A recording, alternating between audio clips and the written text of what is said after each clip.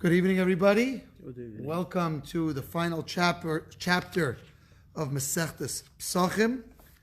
Tonight's class is dedicated in memory of my dear mother, Rivka Bas Harav Reb Shloimeh.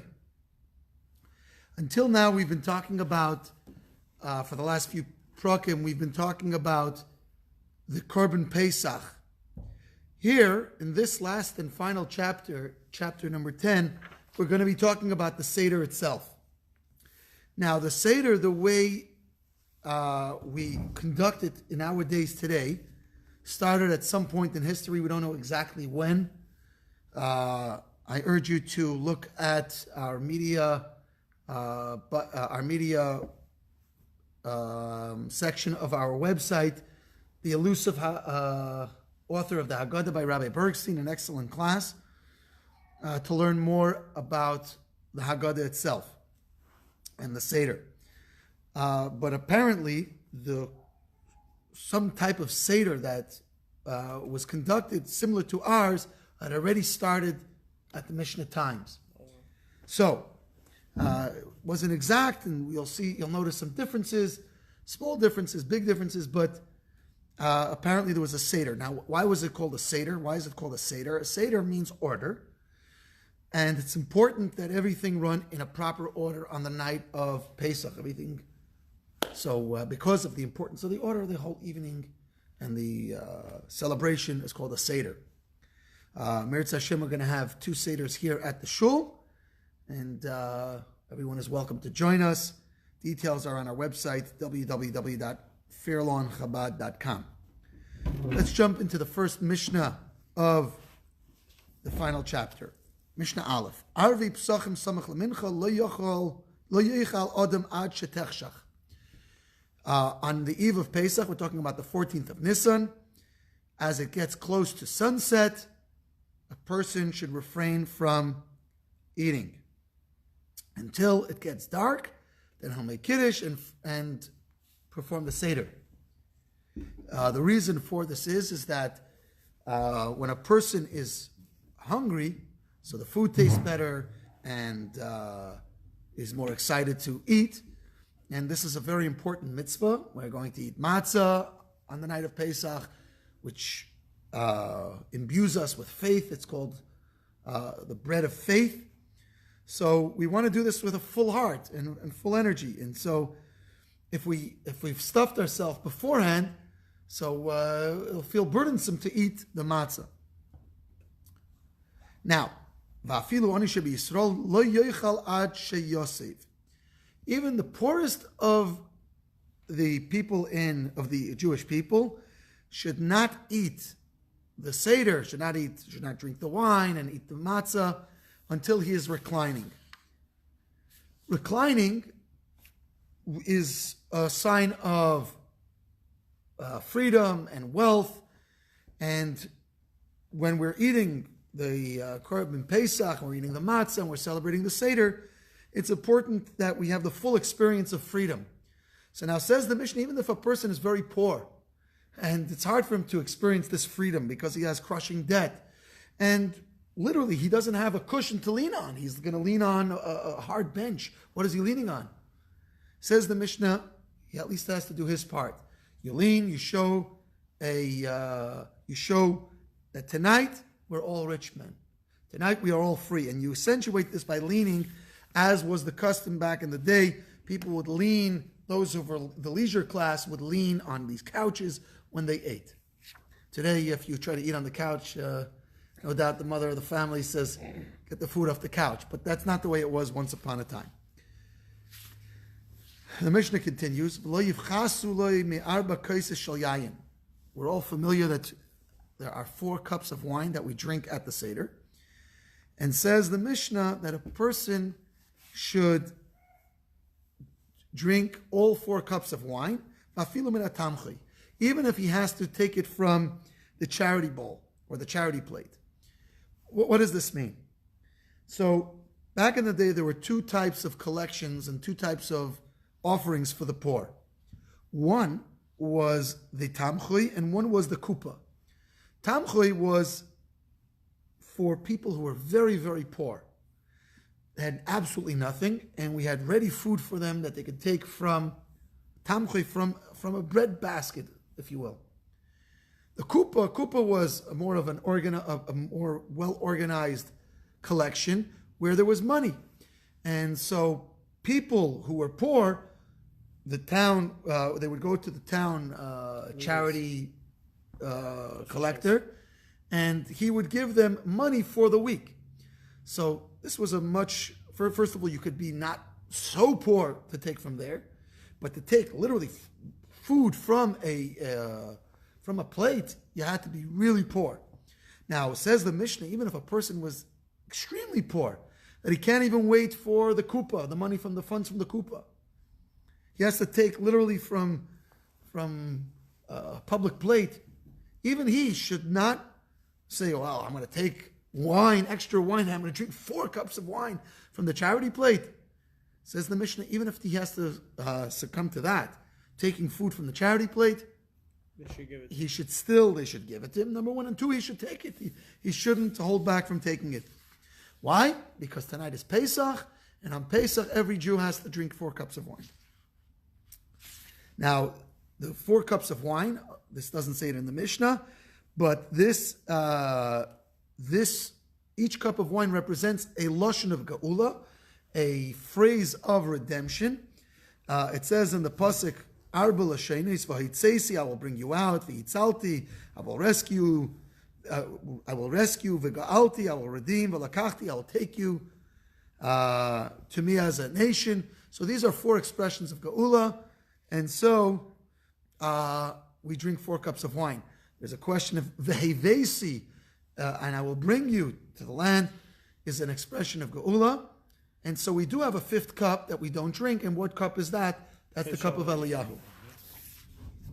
Okay. Mishnah Beis. Now, the Mishnah Beis already is jumping right into the Seder itself. Maz gulei kais rishen. They pour for him the 1st cup. Beis Shammai Yomrim, Beis Shammai says, Mevorech al hayom va'achar kach mevorech al hayayin. Beis Shammai says that first you make the Kiddush, before you make the Hagafen, you say, Baruch atah Hashem Elokeinu melech haolam. Right? You do the whole, and then afterwards you would make the Kiddush. You would make the bracha on the Hagafen. That's what Beis Shammai says. But we all know, we already have done the Haggadah many times.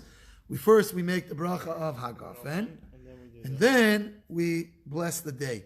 Except on Shabbos, we start with Yom HaShishi, just like we do on every Shabbos. We do Yom HaShishi, and we recite Yom HaShishi, and then we recite the blessing on the wine. But on Yom Tif, of course, we make the bracha on the wine first. That's the halacha, and then we make the special blessing for the Yom Tif.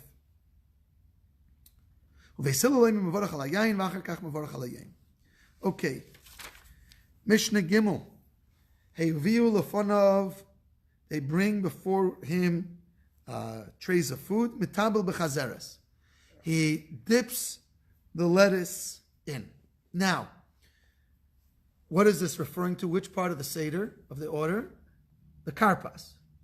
Now, it's interesting that the Mishnah chooses, of all the type of karpas that we can use, any vegetable, what do we do with the vegetable? We dip it in salt water. So what type of vegetable do we typically use? Potato and onion. A potato or an onion. It's interesting that the Mishnah here doesn't use a potato or an onion, but rather uses lettuce. Green. Why lettuce? Now, first, let's continue further, and then I'm going to get back to this question. And this is so long. This is even before we get to the secondary of the bread. What does this mean? I'll explain in a moment. You see, at this point of the Seder, we're not talking about matzah. We're not having matzah for a while. What has to come first? We still have to do the karpas. We still have to ask the manishtana. We still have to say the Haggadah, start the Hallel. Then we're going to wash. Then we're going to eat matzah. So what's going on here? What is this interesting term here? That until we're going to get to the secondary of the bread. The Mishnah is teaching us 2 separate halachas here. Number 1, the Mishnah is telling us that for karpas, you could use lettuce.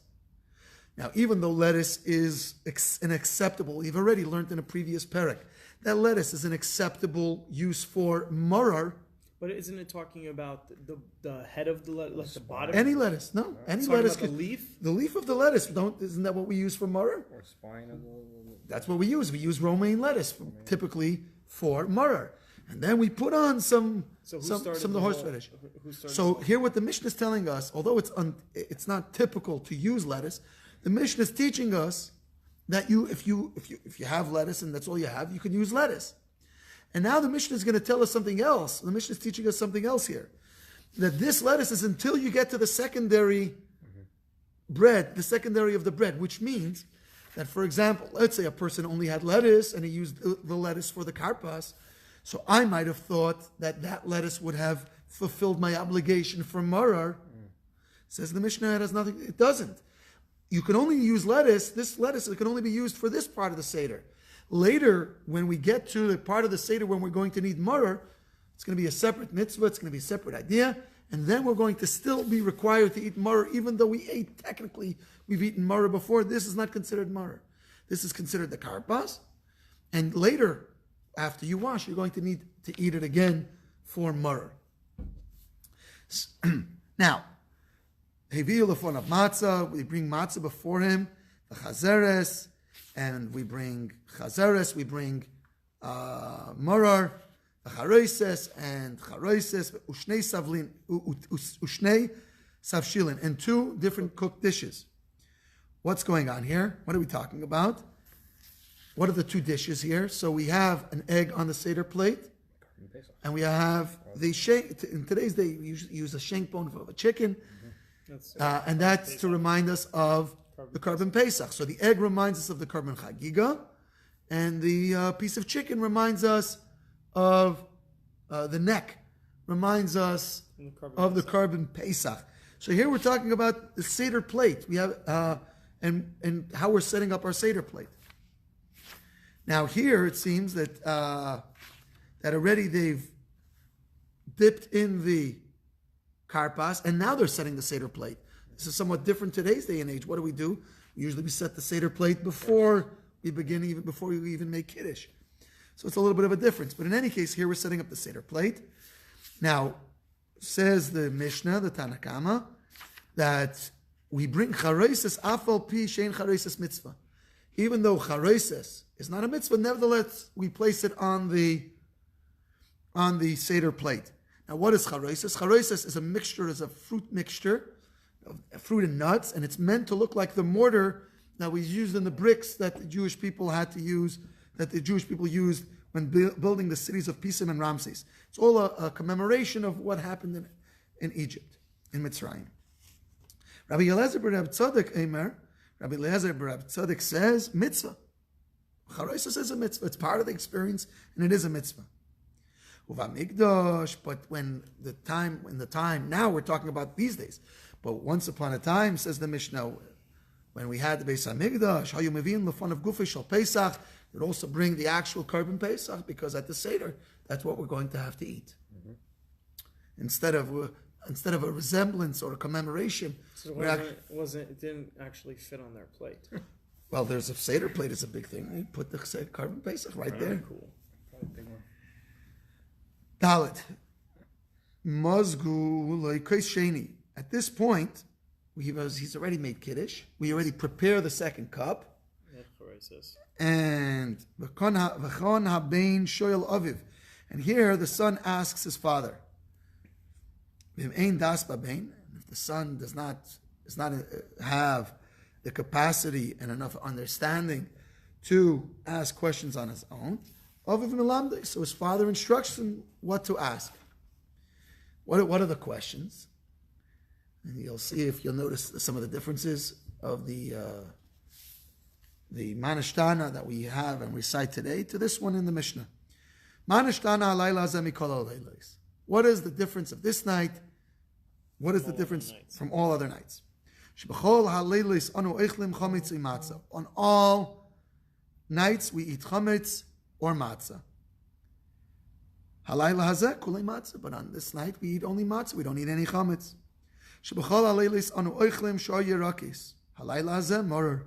On all nights, on all other nights, we eat all types of greens.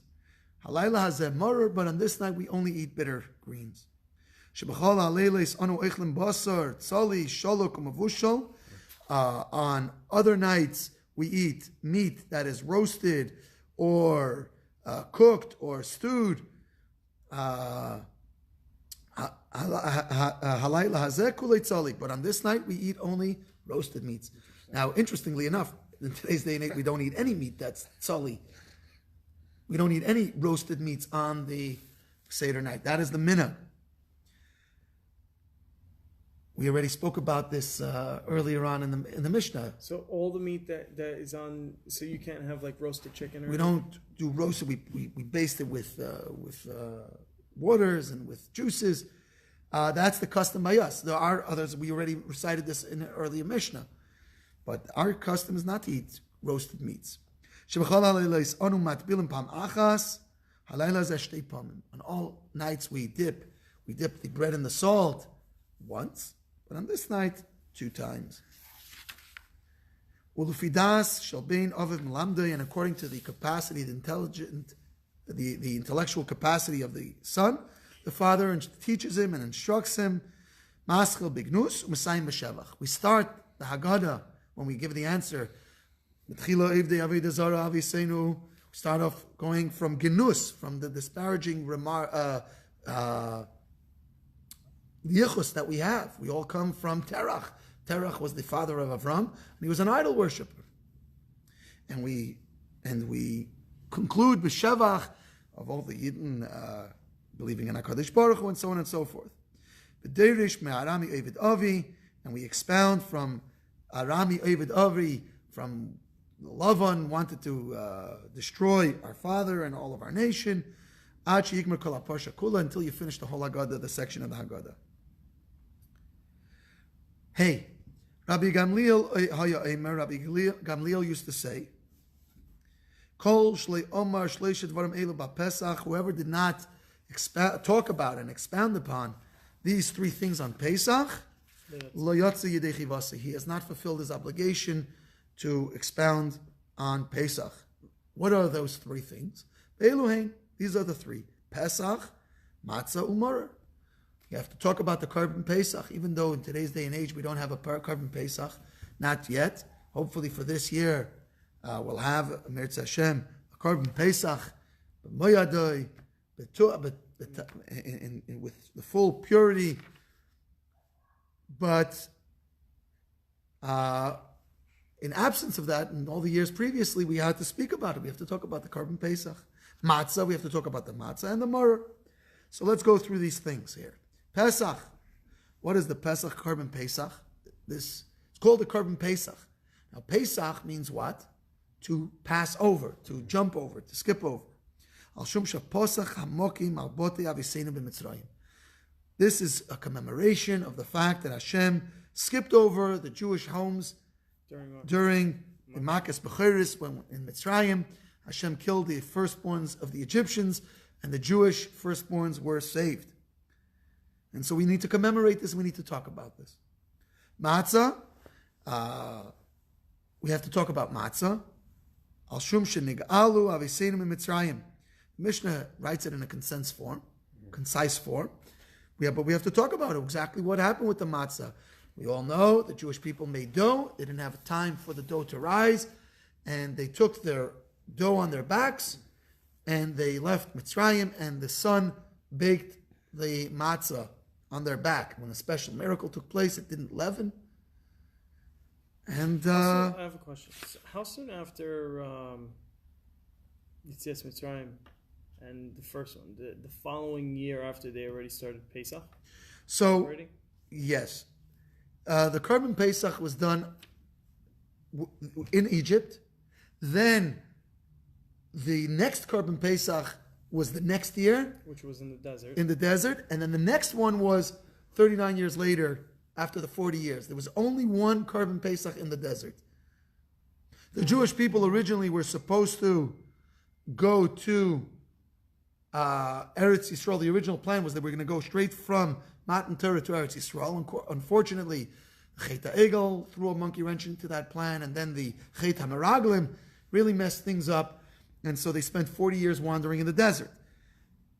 All of those years that they wandered in the desert, they did not perform the Korban Pesach. So, but the matzah that we eat, we have to explain what, we don't just eat it. It's not just the point that we eat it. We have to actually explain what is going on here and why we're eating this matzah. It's a commemoration of the exodus of Mitzrayim. Maror, we eat the maror, al shum shemerura mitzrim eschaya avisin Mitzrayim. The maror is to remind us, and it's eaten because the Egyptians, we eat bitter herbs because they embittered our lives and the lives of our forefathers and our fathers in Mitzrayim.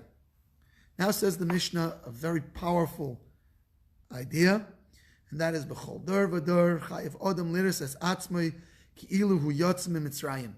In each and every generation, a person has to see himself as if he himself personally went out of Mitzrayim. And this idea is talked about often in Chassidus.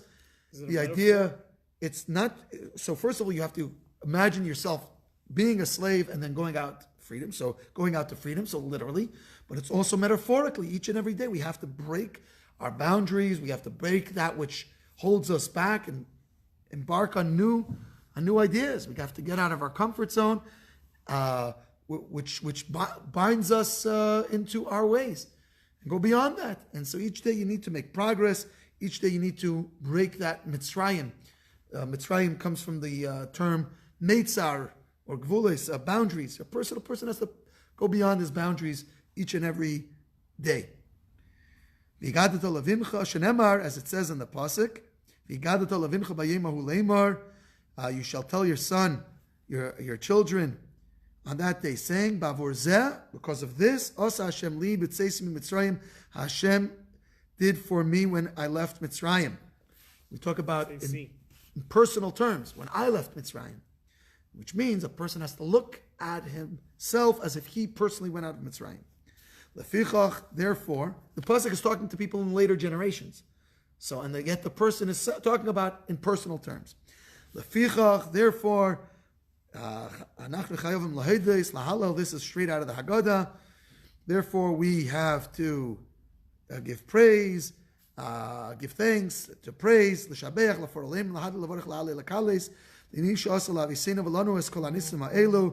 have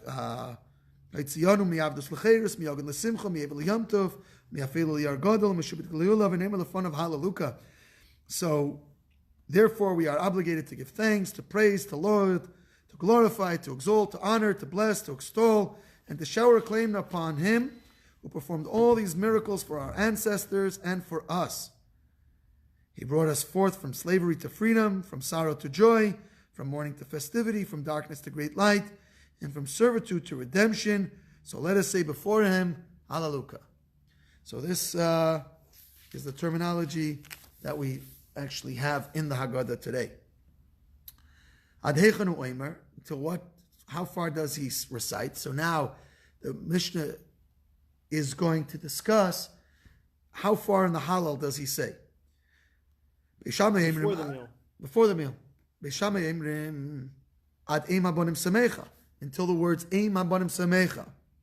Beis Hillel says Ad Chalamish L'may Nemoyim, until the words of Chalamish L'may Nemoyim.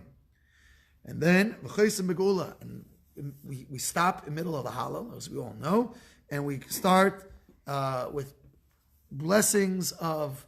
We wrap it up right before we're going to make the bracha on the second cup of wine. Says the Mishnah, we conclude the Haggadah. This is the third cup of wine. Second cup of wine. The second cup, we poured it in our cup before the Manishtana. And now we're going to drink it. Yes, you're right. The third will be after benching. The fourth will be after the final at the end of the final Hallel. So the so we conclude with words about redemption and a blessing about redemption. Rabbi Tarfon Eimer. Here's how Rabbi Tarfon says. He says it as follows: Asher galanu v'galas aviseinu mitzrayim v'lo hayachosem. He would say, "Who redeemed us and redeemed our ancestors from Egypt." but he would not conclude with a final blessing. He would just say words of Geula. Rabbi Akiva said the following: Kein Hashem Elokeinu v'Elokei Aviseinu yagienu l'mayadim l'regolim acherim aboim l'krasinu l'sholem smeichim b'vinyan irecha v'sasim b'avidesecha v'neichel shomin azvachim u'min hapsachim ad baruch ato Hashem Goal Yisrael. And this is the terminology, the way we actually do it. I'll read it in English as well. So may Hashem, our God, and the God of our ancestors bring us to future festivals and pilgrimages which approach us in peace, gladdened in the rebuilding of your city and joyful at your service. May we eat there of the offerings and the Pesach offerings until blessed are you, Hashem, who has redeemed Israel. And then this is actually, as I said, this is the verbiage that we have in our Haggadah, and then we make a bracha on the wine. I have a question. Did all these people that had, all these Tanaim or whatever, that had different ideas of what it should be, did they actually follow their own custom, or did they follow Rabbi Akiva after the fact? That's a good question. It's a side note. I was curious. Once the halacha was established, it seems that they would have to follow the halacha the way it was established by the rabbis. Was this established by Anshe Knesset Sagdela, or? That's a very good question. The origins of the Haggadah, as we said before, are a mystery, and we urge you to log on to www.fairlawnchabad.com, click on the Adult Education tab and the Media Center there, and a wonderful class by Rabbi Bergstein. Okay. Mishnah Zayin Mozgu Loikes Shlishi. We pour the fourth cup of wine, Mavarech al Mazoina. He makes a bracha for his on the Hamoitzi. Revi, Geimer Sahalel. Here they're giving you the condensed version of all the all the steps of the Haggadah. Mavarech al Mazoina. He blesses his food. I'm sorry. Here what we're talking about is the third cup of wine is for the benching of his food. So this is of benching. Ravi, Geimer alav Hallel, Vaimer alav Birkas Asher, blessings of song, and Hallel are what the fourth cup of wine is all about. Bein HaKaisis Halalu, between all of these cups of wine, if he wants to drink other cups of wine, he may. Between the third and the fourth, you don't drink any additional wine. That's between benching and the one from the end of Halal. Ein maftirin achar Pesach afikomen. We do not eat dessert after the Korban Pesach. We want the Korban Pesach to be the last thing in your mouth. Yoshnu miktsasam yechelu. Now here we're talking about back in the day when we were eating the Korban Pesach. So we said the Korban Pesach in previous chapters, we spoke about the idea that the Korban Pesach has to be eaten in a group, and you can't split up the group. Now here what the Mishnah is telling us is that if some people from the group fell asleep, so it's not considered as if the group has already broken up, and you could still partake from the Korban Pesach that you were registered at. Kulon, but if all of them fell asleep, so it's considered as it's considered like the group fell asleep, the group broke up and disbanded, and so lo yechil, you can no longer eat from the Korban Pesach that you're registered at. Rabbi Yesi Emru, Rabbi Yesi puts it differently. Nisnam nemu yechelu. If they dozed off, They can eat. so you could still eat because that's not considered a disbandment of the group. But nirdemu, but if they fell into a deep sleep, lo yechelu, then already the party's over, and the group is broken up, and you can no longer eat from that Korban Pesach. Pesach back then was very, very similar to the People way falling asleep. Yeah. Tradition. Okay, yeah, tradition. Tess. HaPesach achar chatzos metame es hayadayim. A few words of explanation before we continue here. There are many things which the rabbis deemed impure, which means they will make your hands impure. And this would give a greater level of consciousness to what we're doing with our hands. And so certain things when you touch them, your hands become impure. For example, touching the scroll of a Torah or a scroll of one of the 24 books of the Torah, of the Tanakh, if you touch the scroll itself, your hands become tamei. We want you to watch your hands. There's certain things when the sages made your hands tamei, touching different things, you had a different level of consciousness when dealing with those things. So hold on a second. That's why people use the talis when they touch the Torah? That is a reason why people use the talis when they touch the Torah. I do it too, but I do it because... But that's where it comes from. Now, it's disrespectful to touch the Torah. They didn't want you to touch... That's why I don't touch it. Now, the reason they didn't want... you see what they would... People would put their Torah scrolls in a safe place, and then they would put food there, and then mice would come and eat the food and nibble on the Kisvei Kodesh, on the holy scriptures. So they made a thing, when you touch this, your hands are tamei. So people would not want to touch food with tamei. It just raises our level of consciousness. So now here, after Chatzos, your hands after Chatzos, that's a good question. And today everything's tamei anyway. But after Chatzos, we although you can eat the carbon Pesach till the morning, but the Chazal made it to distance a person from sin. They made it till Chatzos. So what they said is after Chatzos, already it's going to be matame your hands. And so people now have tamei hands. They're reminded that, hey, we got to stop eating. It just brings up our awareness and our consciousness of what's going on. Technically, you're allowed to eat till the morning. Till the morning, till Laisa Shachar, yes. Laisa Shachar. But because they didn't want them to have a problem, they decided to make it tamei. Yeah, they not only make it tamei, but they stop you from eating it at Chatzos. Now, hapigul v'aneser metami yadayim. Pigul, what's pigul? Pigul is a person who has intention to eat of a sacrifice beyond its time when it's sacrificed. Then it's pigul. So a person, let's use the matter at hand. A carbon Pesach. When we're slaughtering the carbon Pesach, I think, you know what, I'm going to eat it tomorrow night. Yeah, I'm not so hungry tonight. Just the thought that I'm going to eat it tomorrow night invalidates it. It's puzzle, it's pigul, it's considered a disgusting thing, an abominable thing. You can't eat it, and if you touch it, it's matame your hands. You have to wash your hands. V'hanoiser, that which is left over, anything left over, any sacrificial foods that are left over, that go into the category of noiser, which means they have not fully been eaten by the time they were supposed to. Matame yadayim, make your hands tamei. We want to make sure that you don't get confused between that and permissible foods. So by this Isn't that baltashkas? Isn't what baltashkas? Noiser is not allowed to eat.